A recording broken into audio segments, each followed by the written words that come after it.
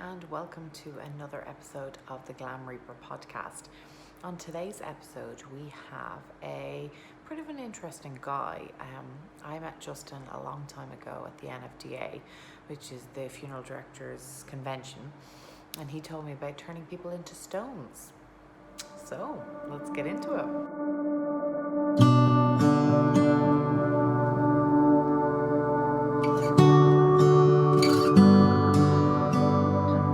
Welcome to the Glam Reaper Podcast. Thank you so much. So I haven't seen you, Justin, in over a year, just over a year. We met at the NFDA in Chicago last year, 2019. We did. And Yeah. little did we know what was going to be ahead of us. Right. Oh my good God. Anyway, we shall move swiftly along because we don't need to harbour on about that. Now, first of all, there's a lot we can talk about, Justin. But how I met you was we got introduced by the fabulous Larry Stewart, I believe, right? Yes. Yes.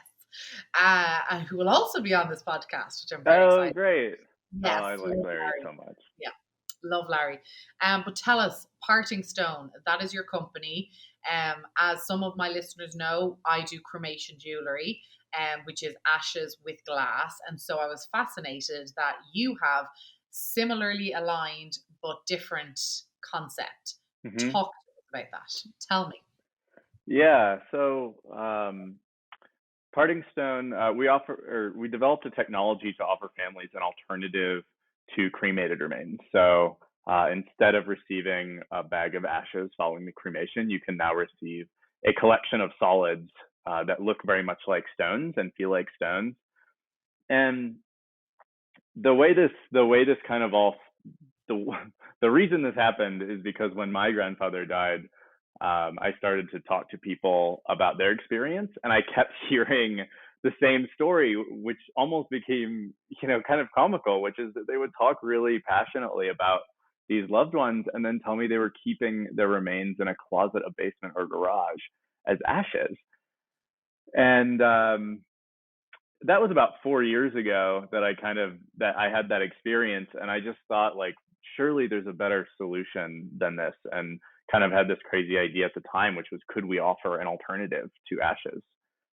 So that's kind of the beginning of how Parting Stone and Solidified Remains started.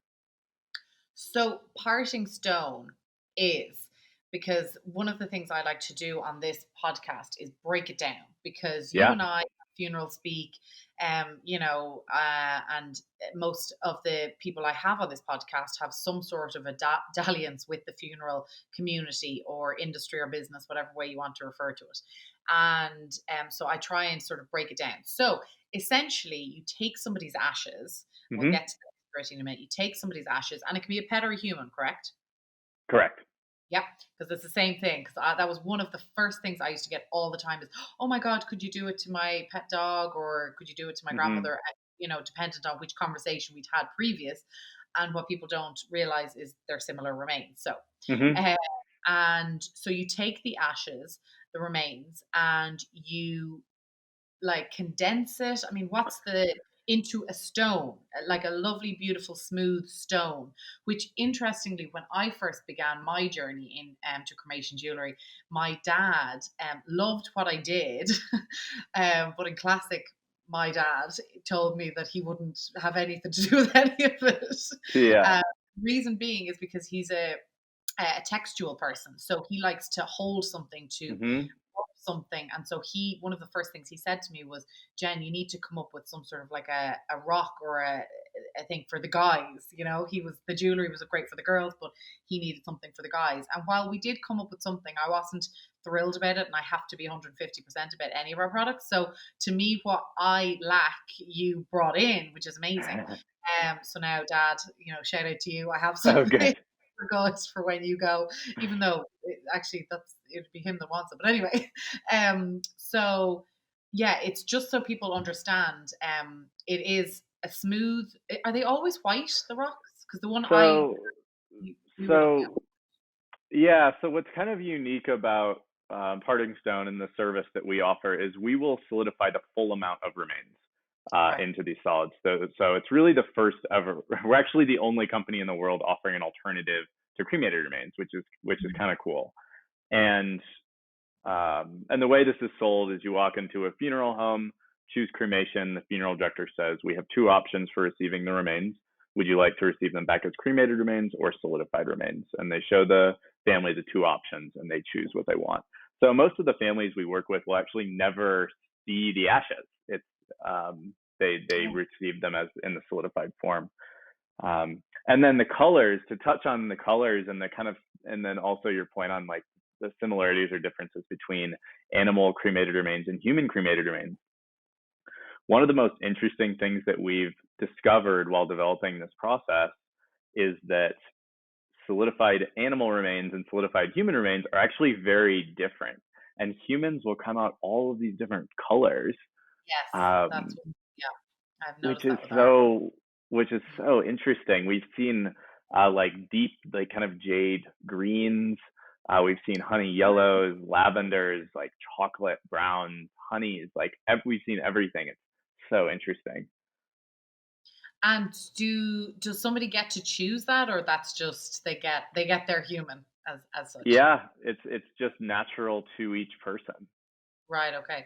And when you said because for our process, human and pet remains are similar, but you were saying they're very different. So while the humans are a rainbow of colors, are the pets not for your process? Pets are generally just come out very white. Okay. There is some variation in pets as well, but not nearly the amount that we see in the humans. And also, I can talk a little bit about our process and how it works too, which I didn't touch on. So when a family chooses solidified remains, the funeral director will send the remains to our lab here in Santa Fe, and we have a really beautiful 3,000 square foot lab facility here, and we'll take the remains. The first step is to refine the kind of granular remains into a powder. And then we will add a small amount of binder to kind of turn them into a clay-like material.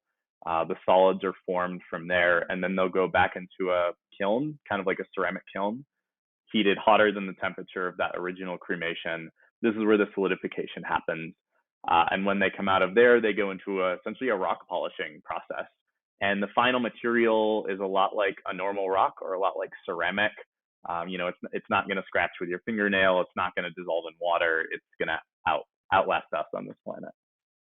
So, and that actually brings me, I have another question I want to ask you about it, but that actually brings me to when I remember when I met you, and generally when I meet people, I say whatever is on my head, top of my mind. And so I think I got super excited about yours, the concept of yours, because for me, I felt that rather than ashes, getting buried under a tree, like a lot of people think, and they think the tree absorbs them and all that sort of stuff. I loved the idea of yours sort of being the bedrock for a plant out in a garden, or I think I even said this to you at the time, my crazy brain, or to be in a fishbowl. Like, yeah. I mean, why not? They don't dissolve. So if Granny loved her fish, or if whatever, I just felt like the fact that you could use them with water, which is a beautiful feature in a home, very feng shui, which we are actually going to have a feng shui person on this podcast too. But very great, very great. That's not even a right phrase, but to have something that you can have that's pretty, that's water, that's not just, I don't want to sound, but that's not just dust in a urn. Because to be honest, I've never been a fan of any urn, really. I've seen one or two beautiful ones of latter years, but up until recently, my God, they're just depressing looking. Well, they're tacky and outdated, and I don't know. I feel the same way. And so it's interesting because I actually thought, honestly, your process was more similar to mine in that you take some of the ashes, but yours is actually a full-on. So if somebody didn't want to get rid of all the ashes and they wanted just one or two rocks, how does that work? Stones? Do you call them rocks or stones? Well, I call them solidified remains, but they look like rock. They look like stones. Yeah. Yeah, that's possible. Like a keepsake amount. We really don't see ourselves as a keepsake company. We see ourselves as a human remains company and an animal remains company. But it's the same price for the process essentially. So the minimum amount we need is a couple tablespoons. And as long as we have that, we can make a couple small solids. But but generally we'll receive the full amount of remains to our lab and process that full amount back to the family. So there's no ashes left. What I found when I was going through my grandfather's death is that it was the material of ashes themselves that was really kind of forming this, I don't know, and a lot of times like an emotional barrier. We didn't really know what to do with them. We didn't really want to urn. We didn't want to see them or touch them because they're messy. We were afraid of spilling them. We didn't want to see the bone fragments. We were embarrassed to have them out when people came over. And it just seemed like we don't accept that type of poor experience for anything else in modern life. There had to be another solution to this. And cremated remains and are one of our most treasured possessions. Now, what if, I guess this is back to your color situation, because I was just thinking, what if I'm somebody who's lost, mom, dad, granny, granddad, brother, sister, and I have all of these solidified remains, stones, rocks. What if they all get intermingled? What then? Will I be able to tell them apart? Oh, interesting. We've had that. We will often have people solidify two parents, or even like pets and people, and it depends on how similar the material comes out. So the answer is maybe you can tell them apart. You can definitely keep them separated. We're actually looking into if there's a way for us to engrave on them very small initials or something, so we can tell them apart. We don't currently offer that, but that's a real situation. Right. Well, and I'm sure, to be honest, anybody that's grieving out there is probably thinking to me, what a crazy question that is. Of course, the difference. It's like the difference between twins and anything like that. When it's that precious to you, the difference. It's not I'm being a little bit flippant with asking that question, but I'm just imagining all these rocks and sort of thinking, oh my God, they're classically held in an urn in one spot. So now if you've got this bundle of rocks and stones, what do you do with them then? And the next thing I'd really love to know is, obviously, 2020, the year of crazy. But we've had, as you and I talked about over a year ago, a lot of innovation in this industry. So you've got water cremation or biocremation. There's so many words to it, different terms.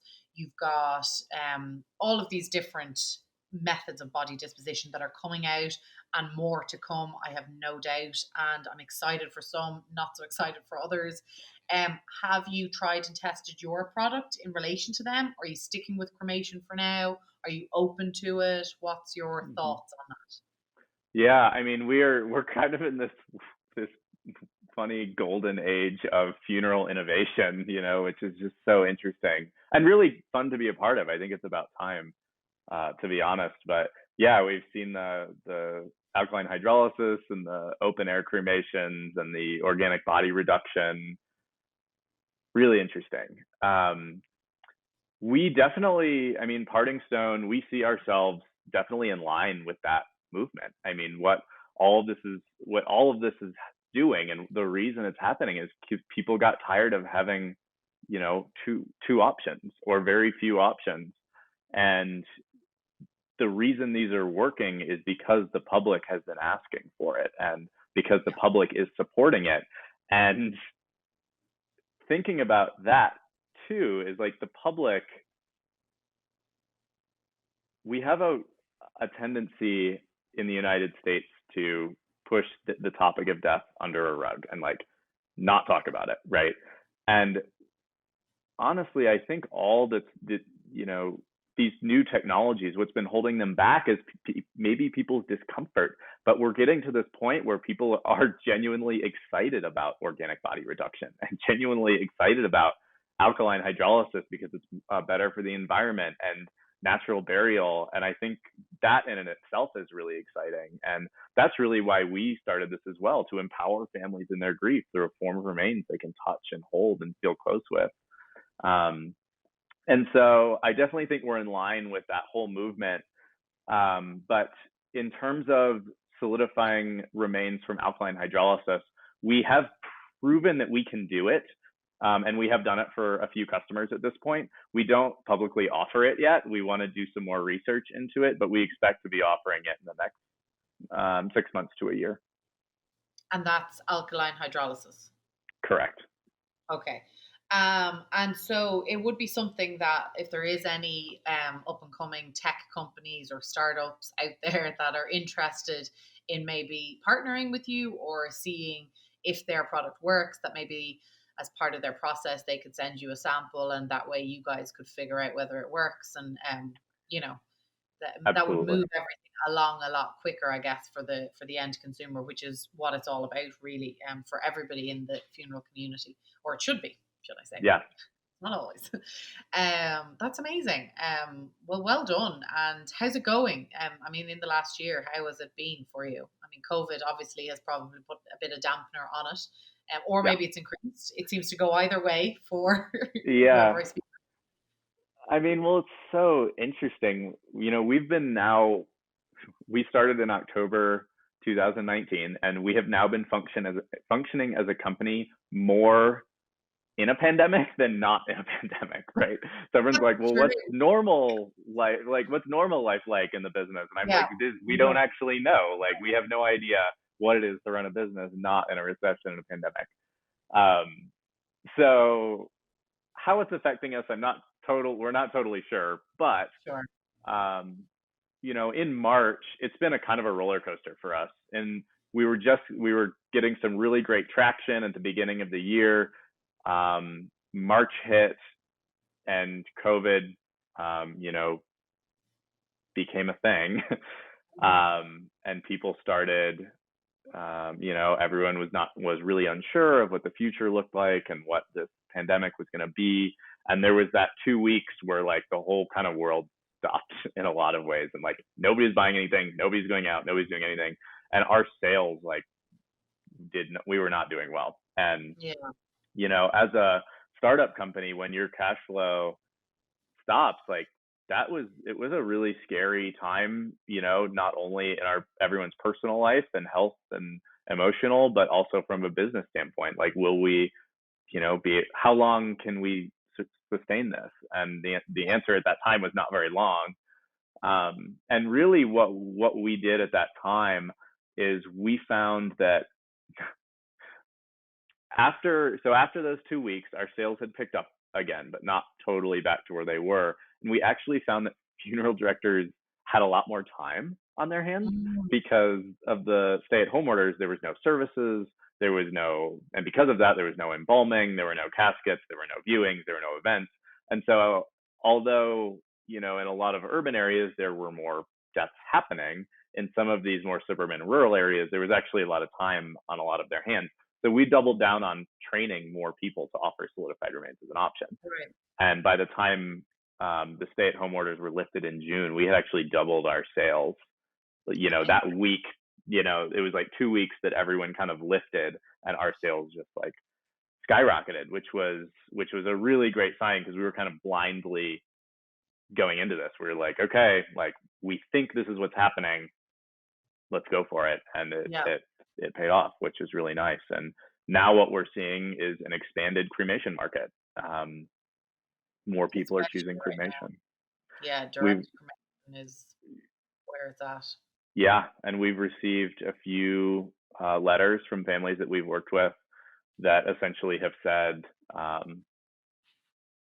because of COVID, I wasn't able to see my mother in the last few weeks of her life. Thank you for providing an option for remains that allowed me to feel close with her. And which is really sweet. And like, I'm like, feel really grateful that we can provide that type of experience for people. But it really kind of speaks to what everyone's going through right now. We've served multiple people who died of COVID-19, and we've talked to those families. We got one letter from a family that said my well, yeah, it's the same one. It was that she wasn't able to see her mother. So yeah. Yeah, no, it's a really tough time. I mean, being based in New York and being a memorial planner, it's been a very interesting year for Yeah. me.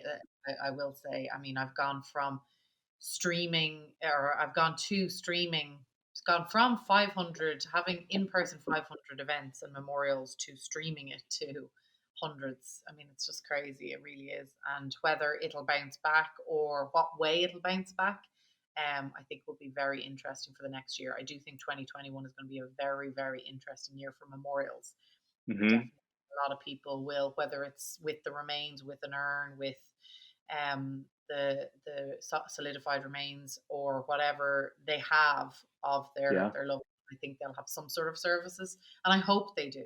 Yeah. And not just from a to keep me busy point of view, but I hope they do, because I really do think there is validity in the funeral and in the memorial service as a blueprint, should I say, for grief. And it's sad to watch families not have that. Yeah.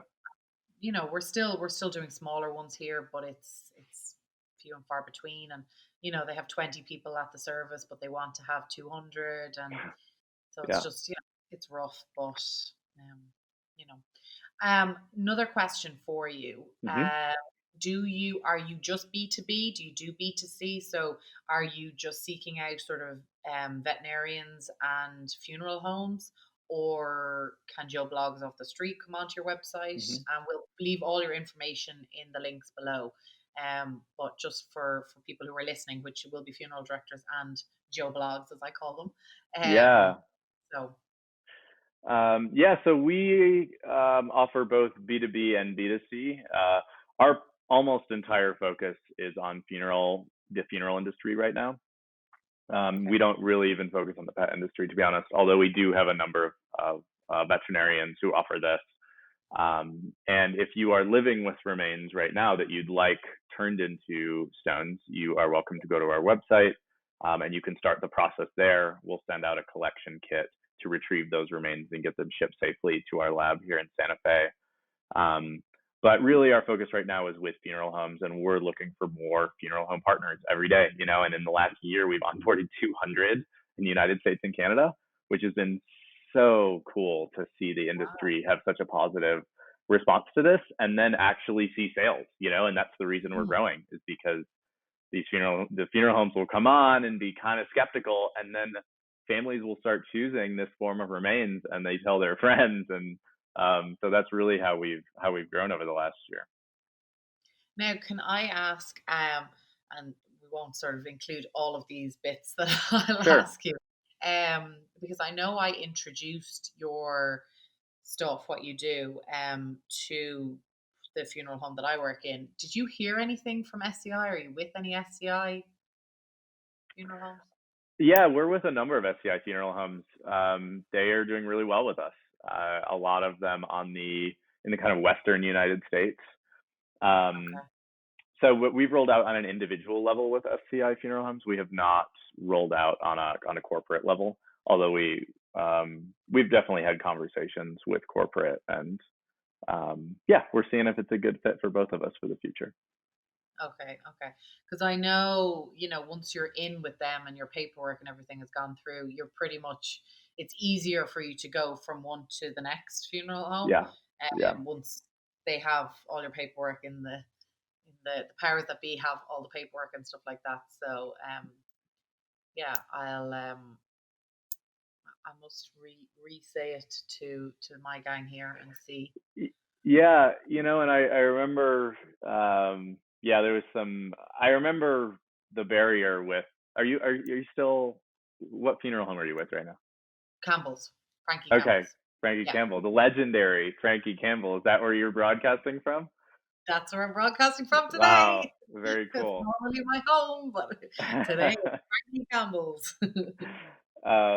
Yeah, and we would love to work with Frankie Campbell. It's there's so many different types of funeral businesses, Mhm. and the two big sides of it are essentially like Frankie Campbell, which is like the premier very high end, very high level of service on one end, and then the other end is direct cremation, and essentially the business model is high volume cremation at the lowest price possible.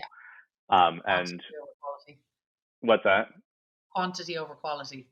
Yeah, totally. And you know, and that's, some people want that. And and so yeah, it's been interesting to enter this industry with this alternative to ashes, and kind of fitting into kind of both business models, and see how we can do that. And fortunately, we've found a path in both directions, which is cool. Yeah. Okay. So Justin, I know I mentioned to you a goldfish bowl and potentially putting rocks and stones in my garden, and that was just where my little brain went, the conversation we were having when I was holding the stone in my hand. But tell me, what's your experiences, or what's your feedback from your clients and your customers on what they're doing with the stones, or how they're interacting with them, or just to give our customers or our listeners here an idea for themselves? Yeah. So it's been really interesting seeing how living with a solid form of remains has kind of changed people's relationship with remains. And, you know, the biggest thing is they're not ending up in closets anymore, which is a big win, I think. And I think one of the stories, just as an example that comes to mind, is a family wrote to us and told us about a remains reveal party that they held at their home. And so they got the box of solidified remains back. They invited the family over. They all poured champagne, and they opened the box for the first time together, and to see the color and the texture for the first time. And they all passed them around the kitchen table, and everyone got to find the ones they liked best and take them home. And you know, that's not an interaction that you could have with the ash form. And we're finding that there's a lot of new rituals being dreamed up, I guess. People traveling and leaving them in special places, people mailing them all over the country. It's been really cool to see the new ways that people are interacting with the remains. And do they, a quick question actually that just came out of that. Sure. Do the family get to choose how many stones they get, or how does that work? No, so it's the full amount of remains. So it's kind of just whatever comes out of the process. It's kind of a lot like cremation. You know, you get whatever volume goes in comes out. Right. And so, for instance, if we receive 10 cups of cremated remains, we'll return 10 cups of solidified remains to that family. Really, it's just the same material condensed into these solids. Yeah. Okay. And what's the average? 10 to 14? The average for a person is probably 40 to 60, ranging from palm size down to kind of thumbnail size. Do you want to see some? Yeah, of course.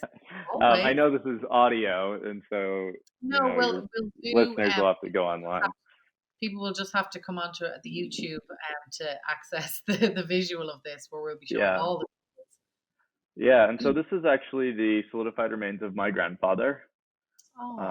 This is one of his, and this is one of the smaller ones here. So they come in a range, and I keep them in a little glass bowl. Oh, nice. In my home. Very Yeah, and we did this he actually died just before COVID in March, which was sad, but also like kind of a relief that he got out before all this happened, to be honest. Yeah, I had the same with my auntie, and I just thought, God, if she'd lived to see this, she would not have. Yeah. But we did a similar thing. We shared them with everyone in the family who was around the country. We weren't able to gather. We had a Zoom memorial at the cemetery, and they buried some of the stones. And yeah, it's death in the era of COVID. Yeah, right. And the stones, can they be easily mailed? How does that work? Do you have to identify them as cremains, or is it sort of? You do. Yep. USPS, when we introduced this new form of remains, USPS actually changed their rules to include it. You do have to. Yeah, I know. Yeah. So you do have to identify it and label it. That was a fun time. What's that? I said, that sounds like it was a fun time. I'm gathering that wasn't I'm like, congratulations. You're like, yeah. Yeah, I mean, what's really we have a lot of business challenges because, because this is such a new technology. And one of them is that there's never been a company that regularly ships the full amount of remains. Yeah. Funeral homes will do it like once or twice a month usually, or if that, but we're shipping out, 100 remains a month right now. And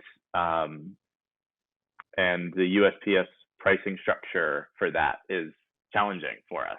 And so, we were hoping that to get it kind of reclassified, but we haven't had any luck so far with that. Work in progress. Well, I find the USPS, a bit like the banks, to be honest, in Ireland and here are the bane of my existence. I feel like every time I go in there, it's not that I take Xanax, but I feel like that's something I would need afterwards. Like, I just feel like there was one, this is a total sidestep, but I wanted to send my best friend back home in Ireland a birthday present home. I went in with the product and I handed it to the post office lady and I said, can you weigh that so I have an idea? Because it can literally be $10 up to $70, right? To me, it's just bonkers how they do it. And I think she said it was $15. So I brought it home and I thought the product itself was only $21, I think. So I thought $15 to send it home. Am I crazy? But I thought, you know what, it'd be nice. It's a nice treat, send it home. So I packaged it up. Now, when I say packaged it up, I put it in an envelope that couldn't have weighed more than a pen, right? I put it in an envelope and I did my paperwork. And this was why I wanted to do all the paperwork at home, because I hate post offices and I hate being in them. And when they ask you to do paperwork and then they don't have pens, they never have pens. Anyway, brought it back and thought, right, great. I've done everything. I've done my due diligence. I will be in and out. I go up, hand it to her. She's like $35. Oh, God. How did it increase in $20 by putting it in an envelope? How? I took it. I said, give that back to me. It's fine. And my best friend actually laughed because she said, it's fine. I'd rather you brought that $20 or now $35. She said, home and we have a few drinks when you get here. Yeah. But I was just livid and I should have really posted it because the thought, but I was just so enraged. And of course, there's no other option. You have UPS, but there's not, that's the frustrating thing actually about the postal system is you don't actually have a massive amount of options. Right. And in the US, there's one option. Right? Yeah. It's just the only way to ship cremated remains, animal or human, is USPS Priority Mail Express. Yep. Yeah. It used to be registered mail. Did you know that? Do you remember this? It used to be registered mail, and then the Postal Service lost a congressman's remains. Oh, I did hear about and then they shifted it to Priority Mail Express. So, and I get it, but I don't know. It is, and look, you run the risk every day. It is. It's not an easy. It's not an easy thing to ask any company to do, I guess, but. Part of me is like, if you could set up a funeral only postal service and have that be the people, I don't know. Yeah. But yeah. Or me, Justin. Yeah. And what we'd like to do is just ensure, it's an insurance question really for the postal, because the remains don't have a set value. And so USPS won't touch them and FedEx won't touch them. But UPS or USPS will. But what we'd really like to do is we'd like to provide the insurance ourselves and work with one of these other companies at some point, and I think as we grow and as we start to ship, hundreds or thousands a month, that hopefully we can work with another carrier. Yeah, absolutely. And I think the more options that are going to become available for people as well. You've got Christina Spade with her composting in Washington, Seattle.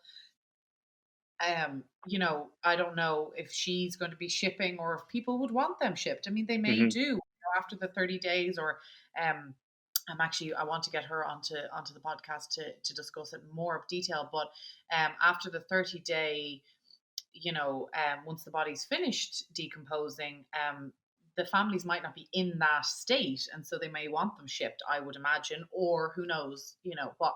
But I'm sure the option should be there. And so she's another person who, it's not cremains, it's Right. compost remains, I guess. I Yeah. mean, you I know, mean, it's if she was to drop that and as Priority Express, it'd be like a $700 shipment or something. yeah, yeah. So It's crazy, but anyway, growing well, pains. yes. Well, thank you so much, Justin, for regaling us with all your stories. Parting Stone is the company, and we will leave all the information for all our listeners to check out.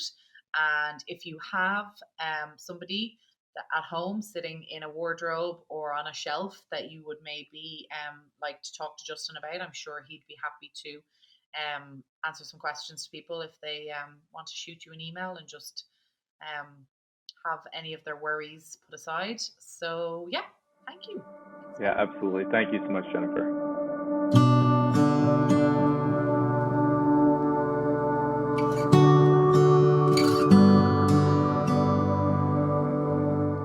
Well, that was a really interesting episode. Would you get turned into a stone? Would you want your loved ones turned into a stone? I kind of like the idea of being in a goldfish bowl, but I'm a little obsessed with water, so what do you think?